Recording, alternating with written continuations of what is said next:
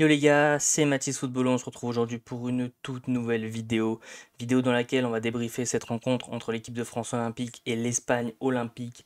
C'était la finale des JO les mecs, la France s'incline 5-3 après prolongation. Juste avant que la vidéo commence, je compte sur vous, le petit like, l'abonnement, le commentaire, ça fait toujours extrêmement plaisir. Et on est tout de suite directement parti, donc déjà quelle rencontre éprouvante les mecs. On l'a pas joué mais franchement ça a été un match de dingue. Les Français y ont cru, les Espagnols y ont cru. Il y avait une équipe pour moi quand même meilleure que l'autre sur le terrain. On va en parler. Donc voilà, ça a commencé avec Enzo Mio dès la 11e minute de jeu. Voilà, après une erreur de main d'Arnaud Tenas qui fait un 0. Ensuite, franchement, derrière, on se fait manger un doublé de Lopez. Le coup franc de Baena. Enfin, on se fait tout simplement allumer les mecs. Fermin Lopez qui fait un début de match fracassant. L'équipe de France qui y est pas, qui rentre à la mi-temps 3 buts à 1. On se dit que ça va être compliqué. Ça a été compliqué, mais l'équipe de France est forte. L'équipe de France ne lâche pas. Et impossible n'est pas français. Égalisation de Magnès Akliouche après un super coup franc de Olysée qui lui réalise des JO incroyables. Voilà, qui vient mettre ce coup franc qui est détourné par Akliouche, même si je pense pas que c'est Akliouche, je pense plus que c'est un but contre son camp. Et donc l'équipe de France qui ensuite va tirer un corner. Dans un premier temps, pour nous tous, il y a une faute très claire sur Kalimundo, il est retenu, il est ceinturé. L'arbitre ne dit rien. L'arbitre est appelé par la VAR. L'arbitre va voir la VAR. L'arbitre accorde le penalty. Mateta qui s'élance. Mateta, 3 partout. Ça part en prolongation. Et en prolongation, voilà. On repart sur de très très bonnes bases. Malheureusement, à partir de la 95e, on retombe sur de mauvaises bases de là où on avait pris les 3 buts, c'est-à-dire l'Espagne qui prend le ballon, l'Espagne qui a la possession, l'Espagne qui joue à la baballe, qui sait le faire, qui a les joueurs pour le faire, et qui nous met ce troisième but. Et le quatrième, bon voilà, c'est une récupération d'Arnaud Tenas qui envoie un long ballon devant pour Camelo, qui vient encore une fois lober Guillaume Rest qui peut absolument rien faire et ça fait 5-3. Ça fait mal. L'équipe de France qui ramène quand même la médaille d'argent, même si on aurait tous voulu la médaille d'or à domicile. En termes de statistiques, on est loin d'être derrière les Espagnols, on est même devant. En termes d'expected goal, on est un peu devant. 29 tirs à 18. Il y a eu un nombre incalculable de tirs, 12 cadrés à 8. Ça a été une partie incroyable. 9 sauvetages du gardien aussi. C'est vrai que les mecs, faudra souligner le match d'Arnaud Tenas. Dans l'ensemble, les Français, on va pas se mentir, ont été mauvais. On s'attendait à mieux. Les Espagnols, eux, raflent tout sur leur passage. Alors ça, il n'y a rien à dire que ce soit catégorie jeune avec les seniors. Et là, encore une fois, avec les jeunes, les mecs se prennent tout en fait. Donc voilà, bon, Guillaume Rest en prend 5, il peut pas avoir une bonne note. Il en sort une ou deux. Après voilà, malheureusement il prend beaucoup de buts. Enfin, il a été abandonné par sa défense. Truffert et Sildilac ont eu beaucoup de mal à apporter offensivement. Truffert un peu plus que Sildilac. Sildilac a eu beaucoup de mal. Une défense Louké Babadé qui a très souvent été pris de vitesse, mais qui a fait ce qu'il savait faire. Mais je dirais surtout que c'est ce milieu de terrain en fait qui a pêché, en fait, qui a pas assez aidé cette défense qui était beaucoup trop loin du porteur de balle. On avait facile 2-3 mètres à chaque fois de retard. Et malheureusement, ça profitait aux Espagnols qui, eux, savent flairer les coups et savent très bien être cliniques. Donc voilà, ce milieu de terrain, c'était Chotard, Koné, Mio. Koné qui, lui, par contre, fait un bon match pour moi. Voilà, et 6 poumons, le mec a rien lâché jusqu'au bout. Chotard, pour moi, fait pas du tout un bon match. Voilà, pas dedans du tout. Mio, pareil, assez juste. Je l'ai pas trouvé non plus trop haut niveau dans l'ensemble. Au niveau des 3 attaquants, Mateta qui a peut-être été la surprise quand même de ces JO, au dépourvu de la Casette, qui lui fait pas des JO incroyables, mais fait de bons JO quand même.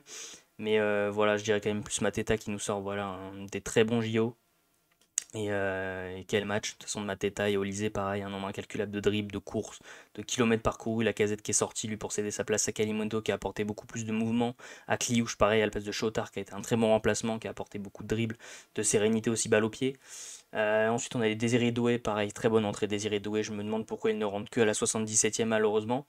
On a du Bradley Loco, ça a été beaucoup moins fort quand même que Truffert dans l'ensemble. Magassa qui a pas du tout fait une bonne entrée. Voilà, vraiment Magassa, ça a pas du tout été bon, hein. Premier ballon qui touche, c'est une passe manquée. Ensuite, c'est un contrôle manqué. Ensuite, un ballon rendu aux Espagnols. Ça n'a pas été bon ce soir. Et Ryan Cherki qui rentre seulement 10 minutes de jeu. Il a fait des différences, pas mal de différences, un peu comme Doué, sauf que Doué lui a eu facilement une mi-temps au total, alors que Cherki a eu 10 minutes. Donc voilà, un peu compliqué. Après, on comprend que par exemple, Olysée n'est pas sorti, parce que jusqu'à la dernière minute, il faisait des différences. Et c'était les choix du coach. Du côté espagnol, bon, Arnaud Tenas, hein, je l'avais jamais vu avec un niveau comme ça. Bon, après, on l'a pas vu souvent jouer avec le Paris Saint-Germain, mais là, il a eu un niveau juste démentiel. La défense centrale, Eric Garcia, Koubarsi, lui qui a un jeune minot, mais qui tout simplement après avoir pocket Osimhen, ce qu'il a lancé en LDC, aujourd'hui il fait un super match. Franchement, il a su tenir quand même des Lacazette, Mateta un peu moins parce que c'est un autre gabarit physique. Mais quand Kalimundo est sorti, il a rien lâché. Garcia, très très gros match aussi. Miranda, de toute façon les deux latéraux ont été très très forts. Baina, que dire de Baina qui est tout simplement trop fort balle au pied de son. Le milieu de terrain balle au pied est juste incroyable, notamment le grand Fermin Lopez qui vient mettre un doublé en 5 minutes et puis qui réalise un match de patron, hein, l'homme du match très certainement. Et cette attaque Ruiz, Gomez aussi, et Rose, qui a été un peu moins en vue quand même. Voilà, c'est surtout le milieu de terrain, je trouve qu'il a fait les grosses différences côté espagnol. Après, les attaquants étaient là voilà, pour mettre à mal l'équipe de France. Et les entrants ont tous fait du bien, tous fait du bien, notamment Camelo, qui rentre et qui met un doublé. Sinon, on a eu des entrants voilà, un peu moins impactants à Tourientes, Sanchez, Pacheco et Gutiérrez. Et Bernabé, par contre, qui a fait une très très bonne entrée. Donc c'est décevant que l'OM, pas l'OM les gars, à chaque fois en fait j'ai l'impression que je vais le placer. C'est décevant que l'équipe de France s'arrête là malheureusement, ne va pas chercher la médaille d'or qu'on aurait tous voulu.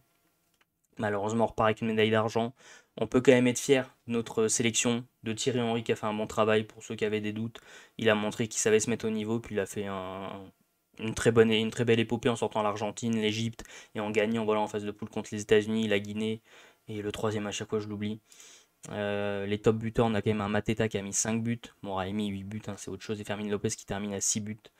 Mais on peut être fier de notre parcours. Voilà, la France qui ce soir aura tout donné.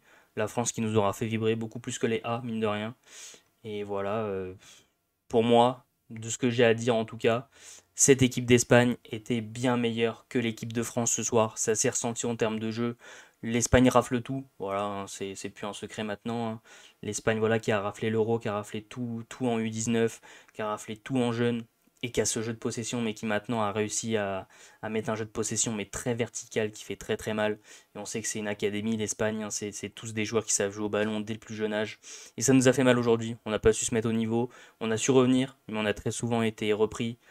Donc ça fait mal, mais bon, on va s'arrêter sur cette note. Bravo à tout le monde, bravo à Henri, bravo à Lacazette, bravo à Mateta, bravo à Olysée, bravo à toute l'équipe. Ils nous ont fait vibrer. Et puis bah, c'est plus ou moins tout pour moi, les mecs. Très déçus, très déçus, mais on s'en remettra. Et voilà, ça fait quand même plaisir de faire des parcours comme ça à domicile. Donc sur ce, bah les gars, c'était Mathis Football. On n'oublie pas le petit like pour le référencement, ça fait plaisir. L'abonnement avec la cloche de notification pour ne rien louper sur la chaîne YouTube. À commenter en me donnant vos tops et vos flops de cette rencontre, que ce soit côté équipe de France ou côté Espagne. Sur ce, on continue de supporter l'équipe de France, les mecs, le coq qui représente tout pour nous. Sur ce, c'était Mathis Football. Ciao l'équipe.